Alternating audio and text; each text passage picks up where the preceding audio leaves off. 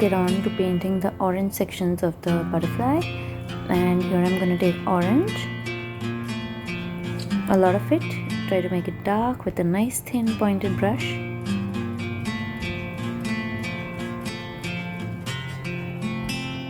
And wherever in the reference I find the areas with darker orange, I'm painting orange.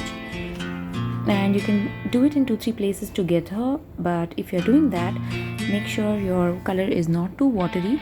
And then I'm using the darker yellow, that is the gamboge, to shade it.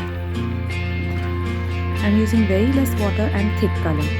In case you're using by mistake, if your paint turns out watery, then do not paint adjacent areas back to back, like I say always.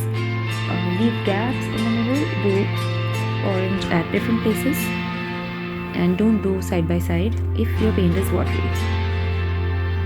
And in the same manner, I'm going to paint all the 4 wings with shading, orange and gamboge, that is the darker yellow shade.